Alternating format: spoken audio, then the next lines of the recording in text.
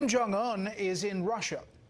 A top Kremlin advisor says North Korea's nuclear program will be the focus when Kim meets with Vladimir Putin tomorrow.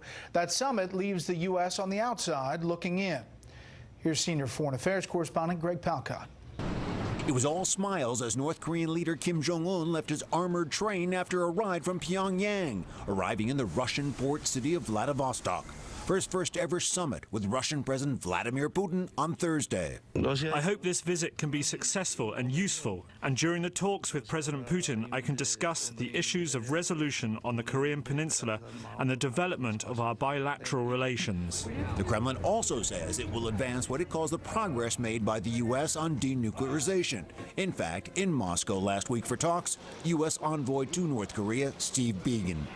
Russia can play a role to serve, well, not a mediator. There's no need for mediation between North Korea and, say, U.S., but a sort of catalyst. Russia and the former Soviet Union has long been an ally of North Korea. Putin met Kim Jong-un's father, Kim Jong-il, in 2001. Others say Putin could work against longtime rival, the U.S. Also, after the failed Hanoi summit with President Trump, Kim Jong-un might want to cover his bases. I think this is just another example of that, trying to show the Americans, well, I can talk to other people, I have other options. Both North Korea and Russia would like to boost trade, but UN and U.S. sanctions hem in Pyongyang.